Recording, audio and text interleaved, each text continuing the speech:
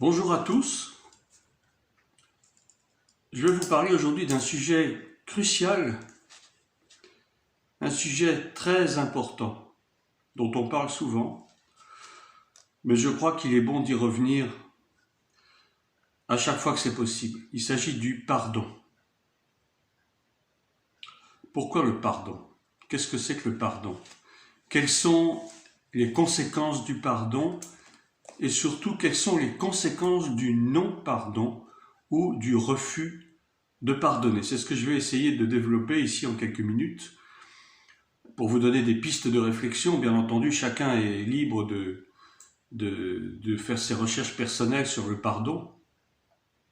Mais je vais vous donner quand même d'abord quelques textes de base et puis ensuite quelques réflexions que je me suis faites sur ce sujet qui est un sujet vraiment grave. Surtout à l'heure actuelle, on observe de plus en plus de conflits, que ce soit dans les familles, dans les couples, mais aussi dans l'Église. Dans l'Église, il y a de plus en plus d'inimitié, il y a de plus en plus de haine, et les chrétiens, très bizarrement, se haïssent les uns les autres. Il y a un manque d'amour tellement évident dans l'Église aujourd'hui qu'on se demande vraiment, mais qu'est-ce que fait l'Église ? Et qu'est-ce qu'elle fait dans ce monde? Quel est son rôle premier? Si ce n'est pas de répandre l'amour de Christ dans les cœurs de tous, à quoi sert-elle? C'est qu'elle a raté son rôle, elle a raté son but. Et donc le pardon, c'est, je dirais, fondamental dans la vie d'un chrétien.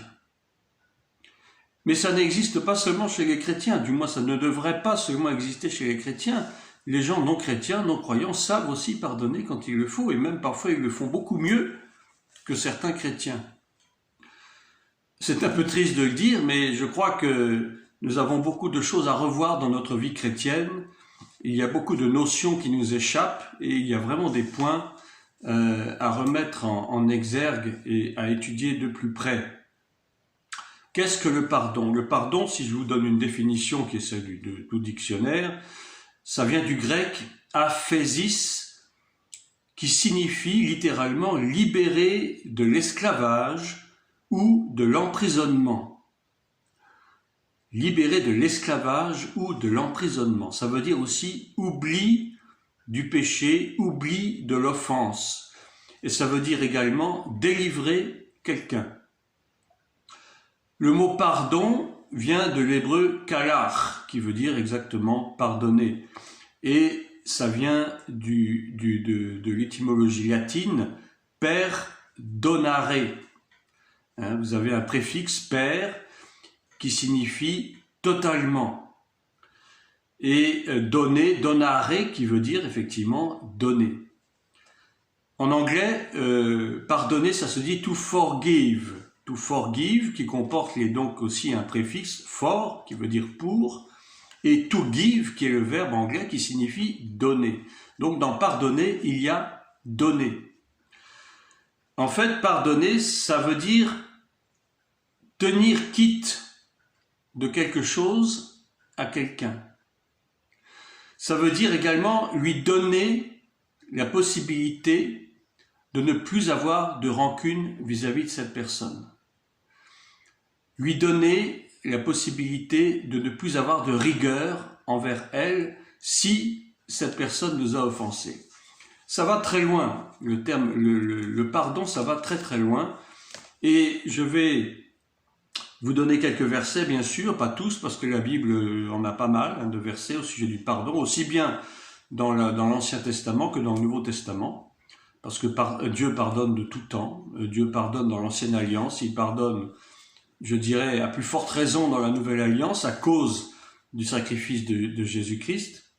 Et puis ensuite, je vais vous expliquer un petit peu quelles sont les conséquences du pardon et aussi quelles sont les conséquences du non-pardon ou du refus du pardon, parce que ces conséquences sont extrêmement graves.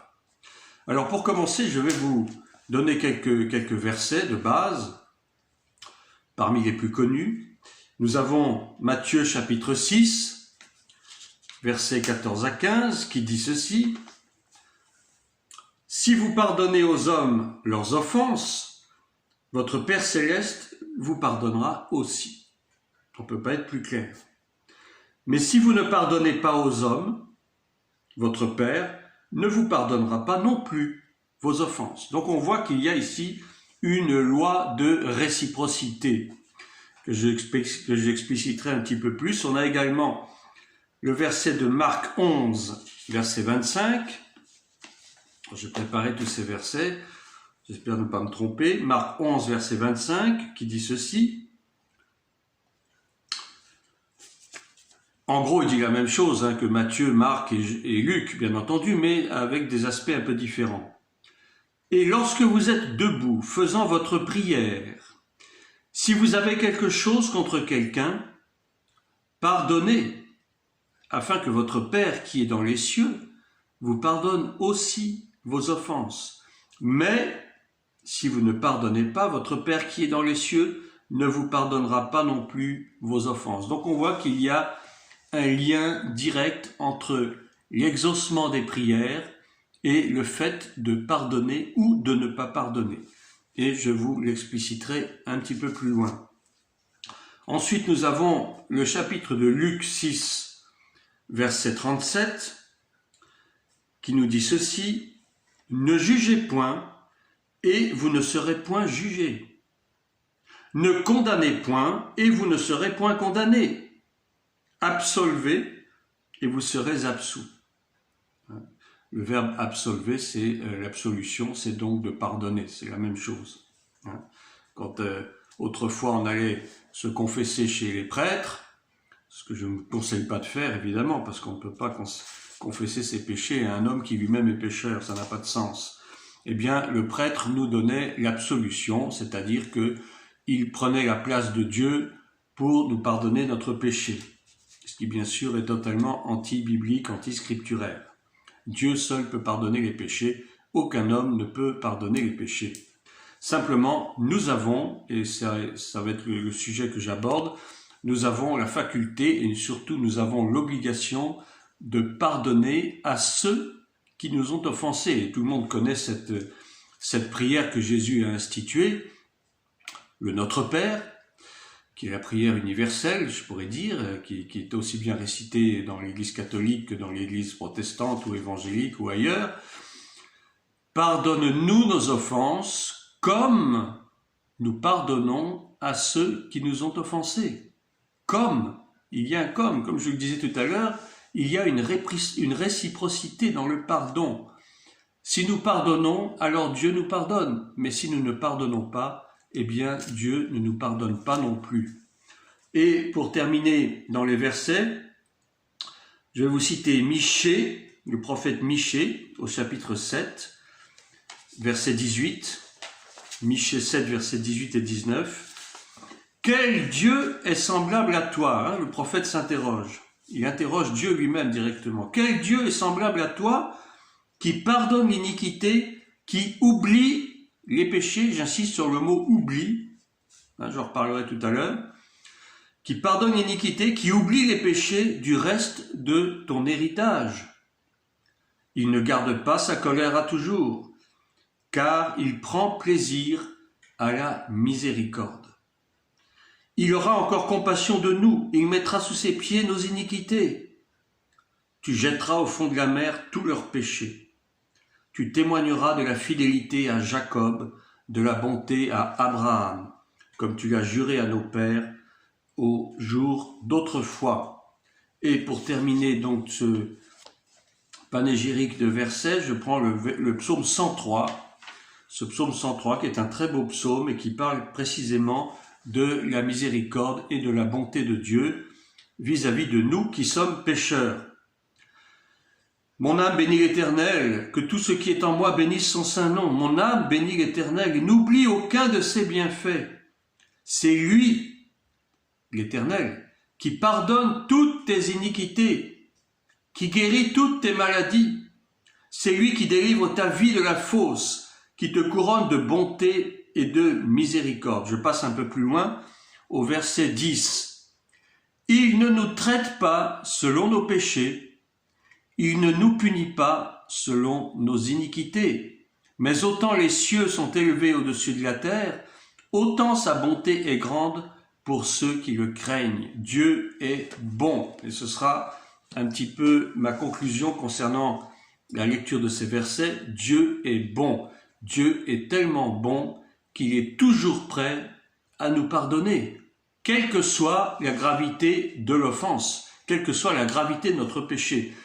Pour Dieu, pour l'Éternel, il n'y a pas de petit et de grand péché, il y a péché tout court. Et le péché, de toute façon, est grave, quelle que soit nous, la gravité que nous lui octroyons, parce que nous sommes très, très enclins à trouver que ce péché est plus ou moins grave.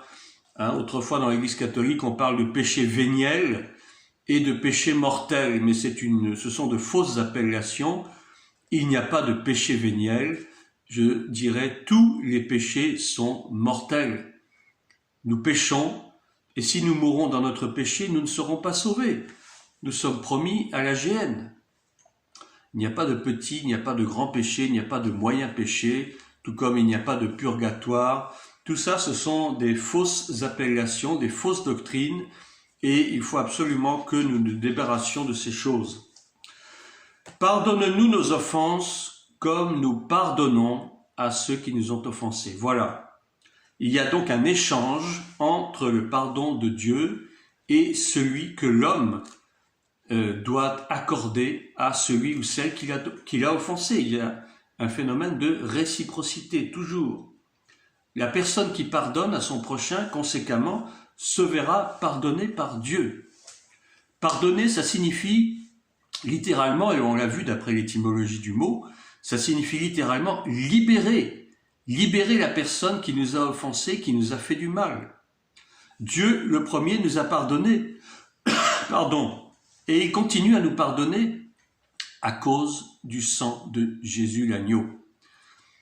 Cet agneau sans tache, qui n'avait pas péché, il n'a jamais péché, il n'a jamais connu le péché. Dès le sein de sa mère, il a été trouvé pur, il a été trouvé exempt du péché originel, ce péché originel que nous avons hélas hérité depuis l'Éden, et ce péché qui nous poursuit toute notre vie. Mais grâce au fait que nous croyions au sacrifice de Jésus, eh bien ce péché nous est ôté. Et le Seigneur ne se souvient plus de nos iniquités passées, ce qui ne veut pas dire que nous ne pécherons pas ensuite, durant toute notre vie, mais nous avons la faculté de nous repentir, de demander pardon au Seigneur, et il nous pardonnera.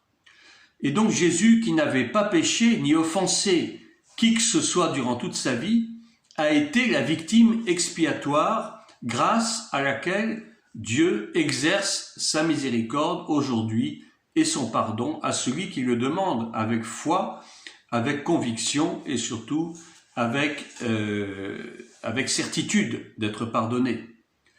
Si nous demandons pardon au Seigneur, il faut que nous ayons la certitude qu'il nous a pardonné. Parce que si nous doutons de son pardon, ça veut dire que nous doutons de sa bonté. Et c'est une offense vis-à-vis de Dieu que de douter de sa bonté. La seule condition pour être pardonné, bien entendu, c'est d'exercer une repentance sincère, de pleurer devant le Seigneur, de reconnaître déjà notre faute, de reconnaître notre offense, de reconnaître que nous avons transgressé sa loi, de le faire sincèrement et de prendre la ferme résolution de nous détourner du péché. Et à ces conditions-là, bien sûr, Dieu nous pardonne.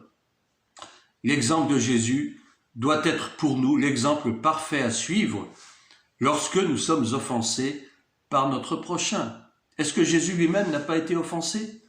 Plus d'une fois, croyez-le. Vous n'avez qu'à lire tout l'évangile, vous verrez combien de fois Jésus a été offensé. Il a été même jusqu'à être insulté, frappé par tous ceux qui voulaient sa mort. Combien de fois le peuple hébreu dans l'ancienne alliance n'avait-il pas offensé Dieu par ses transgressions, par son idolâtrie, par sa débauche?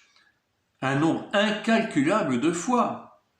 Mais dès qu'il criait à Dieu, eh bien Dieu l'exauçait et Dieu lui pardonnait son péché. Bien entendu, Dieu est un juste juge et Dieu exerçait sa justice sur son peuple.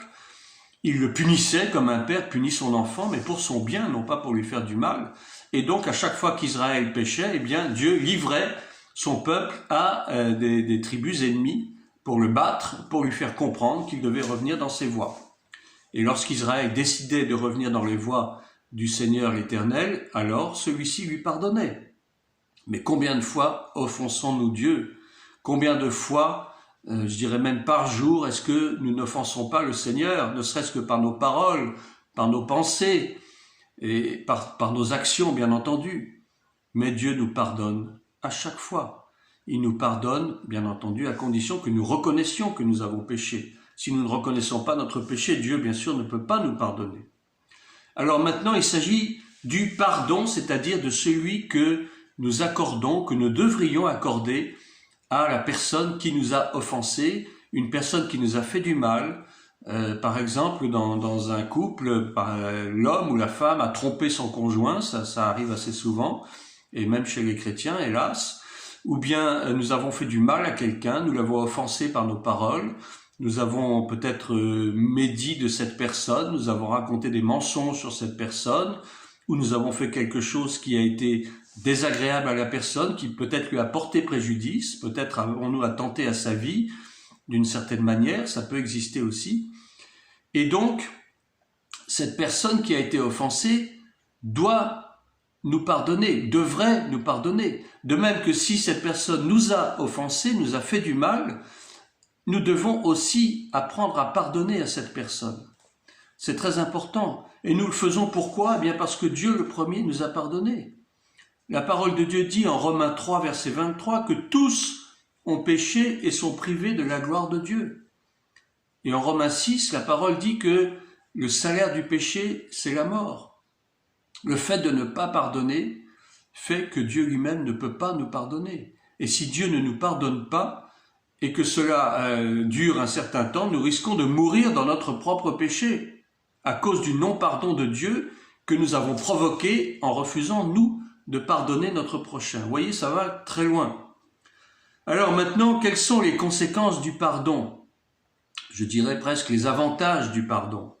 Eh bien, quand je pardonne quelqu'un, je libère la personne de sa culpabilité qu'elle peut avoir envers moi, même si cette personne n'en est pas consciente. Il peut effectivement s'agir de quelqu'un qui nous a offensés, mais qui ne s'est peut-être pas forcément rendu compte qu'elle nous avait offensés, mais nous, ça nous a fait du mal. Il y a eu une conséquence sur notre vie, sur notre mental, sur notre morale. Nous avons été abattus à cause de ce que cette personne a pu dire ou faire à notre sujet qui nous a blessés profondément. Et nous devons pardonner. Parce que si nous pardonnons à cette personne, même si elle ne sait pas que nous lui avons pardonné, ça ôte la culpabilité de cette personne. Ça ne va pas peut-être se faire du jour au lendemain, mais nous-mêmes, nous nous libérons de ce qui pouvait bloquer notre relation avec cette personne. C'est-à-dire que nous n'avons plus de grief vis-à-vis de la personne, on ne lui en veut plus de ce qu'elle a pu dire ou faire, et quelque part nous lui ôtons la culpabilité, même si elle n'en a pas conscience. Et Dieu travaille dans le cœur des gens. Et lorsque Dieu voit que nous pardonnons à une telle personne, eh bien Dieu va travailler le cœur de cette personne pour lui faire comprendre qu'elle a été pardonnée. Et ce faisant, eh bien la culpabilité va peu à peu disparaître de la vie de cette personne et nous aurons réussi par le pardon à la libérer de ce poids de culpabilité qui faisait que notre relation avec elle s'était détériorée. Et par là même, nous nous libérons nous-mêmes de la haine, nous nous libérons de la rancune, nous nous libérons de toute amertume que nous aurions pu nourrir vis-à-vis de cette personne qui nous a offensés. Mais si je ne pardonne pas à cette personne, alors je me rends moi-même coupable. Je me rends moi-même coupable de laisser cette personne enchaînée dans son tort, dans son péché. Il n'est même pas nécessaire que la personne vienne nous demander pardon pour que je lui pardonne. Ce qui rend le pardon en fait encore plus puissant. Parce que moi je pardonne à la personne, elle n'en a pas conscience, mais Dieu fait en sorte qu'un jour elle puisse se rendre compte que je lui ai pardonné. Parce que si un jour elle me rencontre, elle verra que je ne me détourne pas d'elle, elle verra que je suis tout prêt à renouer relation avec cette personne et elle sera elle-même étonnée. Elle va se demander, mais qu'est-ce qui se passe? Pourquoi est-ce que cette personne qui devait me haïr parce que je lui ai fait du mal, eh bien pas du tout. Elle vient vers moi la main tendue c'est parce que Dieu aura travaillé le cœur, à la fois mon propre cœur, puisque j'ai réussi à pardonner, et va travailler également le cœur de cette personne qui va finalement reconnaître qu'elle a mal agi, si tant est qu'elle en ait été inconsciente auparavant. Elle va enfin reconnaître qu'elle a mal agi à mon égard, et du coup, notre relation va renaître tout naturellement. Est-ce que ceux qui ont crucifié Jésus sont venus lui demander pardon? Bien sûr que non. Mais Jésus a prié le Père de leur pardonner, car ils ne savent pas ce qu'ils font. En fait, les soldats romains qui avaient crucifié Jésus et tout le Sanhédrin qui l'avait condamné savaient très bien ce qu'ils faisaient, parce que pour eux, Jésus était coupable. Et c'était donc la justice qui s'exerçait, la justice des hommes, puisque pour eux c'était normal. Jésus se proclamait fils de Dieu, et pour eux c'était contraire à la loi. Personne ne pouvait se proclamer fils de Dieu. Donc, en se proclamant fils de Dieu, Jésus, en fait, selon eux, blasphémait.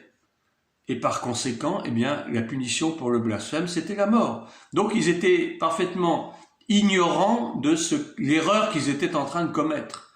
Pour eux, c'était normal. C'était la justice qui devait s'exercer parce que cet homme avait osé se proclamer fils de Dieu.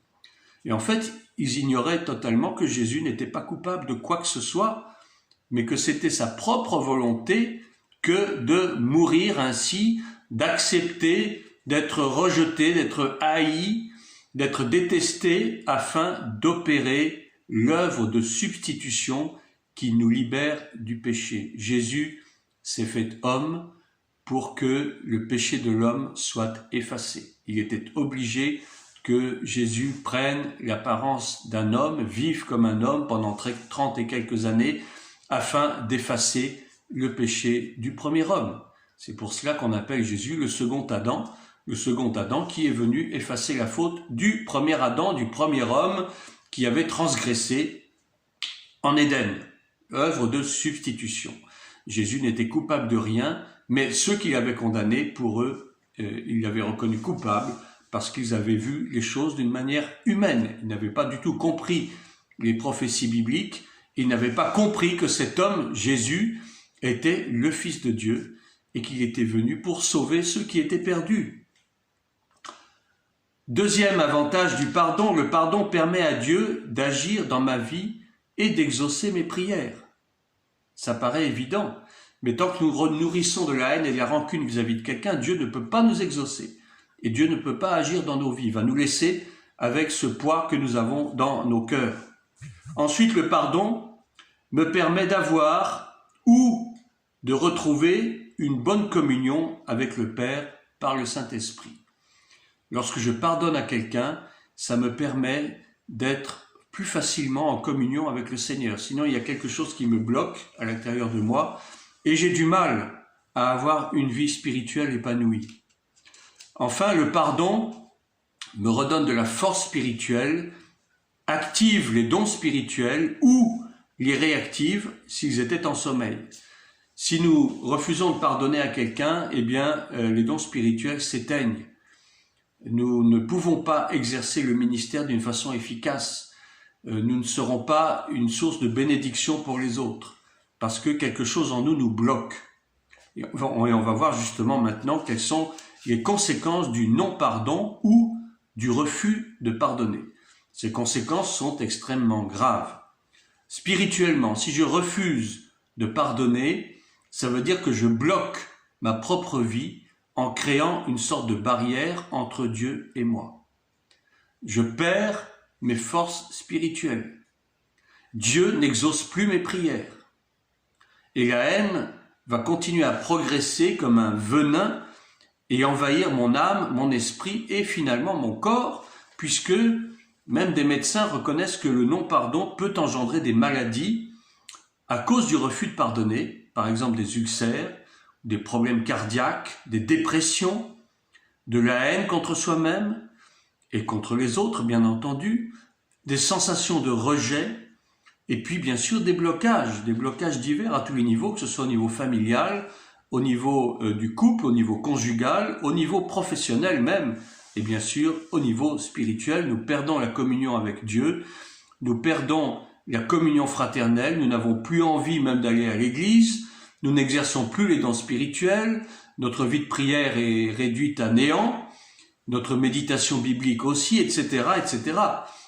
C'est-à-dire que nous devenons, j'allais dire, presque des ânes morts. Et en refusant le pardon, surtout, et c'est ça qui est important, j'ouvre tout grand une porte à l'ennemi, c'est-à-dire à Satan, qui va rentrer dans ma vie et me tourmenter de toutes les façons possibles. Parce que Satan a un droit légal sur ma vie si je ne pardonne pas.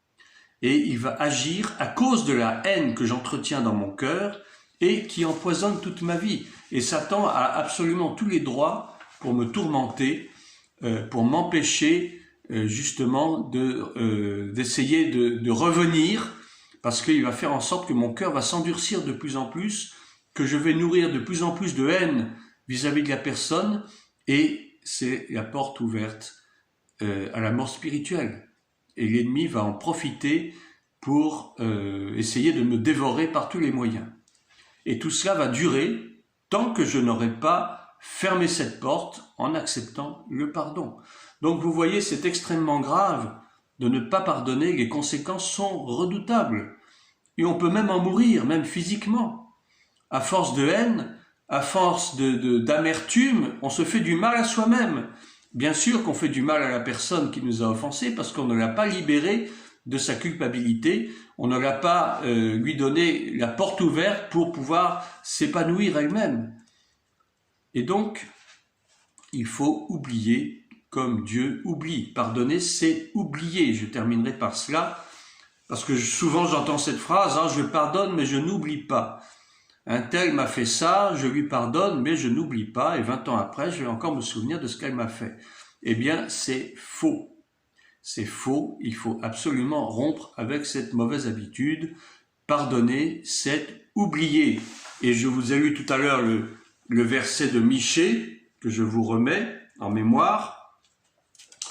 Michée qui dit ceci: « Quel Dieu est semblable à toi qui pardonne l'iniquité, qui oublie les péchés du reste de ton héritage. » Vous avez bien entendu, qui pardonne l'iniquité, qui oublie les péchés. Si Dieu nous pardonne, c'est que Dieu oublie. Mais si nous pardonnons, mais que nous décidons de ne pas oublier, c'est que nous n'avons pas pardonné. Il faut absolument demander au Seigneur d'opérer l'oubli, d'effacer de notre mémoire, un peu comme on efface dans la mémoire d'un ordinateur des données qu'on voudrait éliminer. Eh bien, il faut demander au Seigneur, par la prière, de faire en sorte que nous oublions. Et Dieu nous a donné, en nous créant, il nous a donné cette faculté d'oublier les choses, de retenir que ce qui est bon et d'oublier ce qui est mauvais, parce que lui-même, il oublie nos offenses.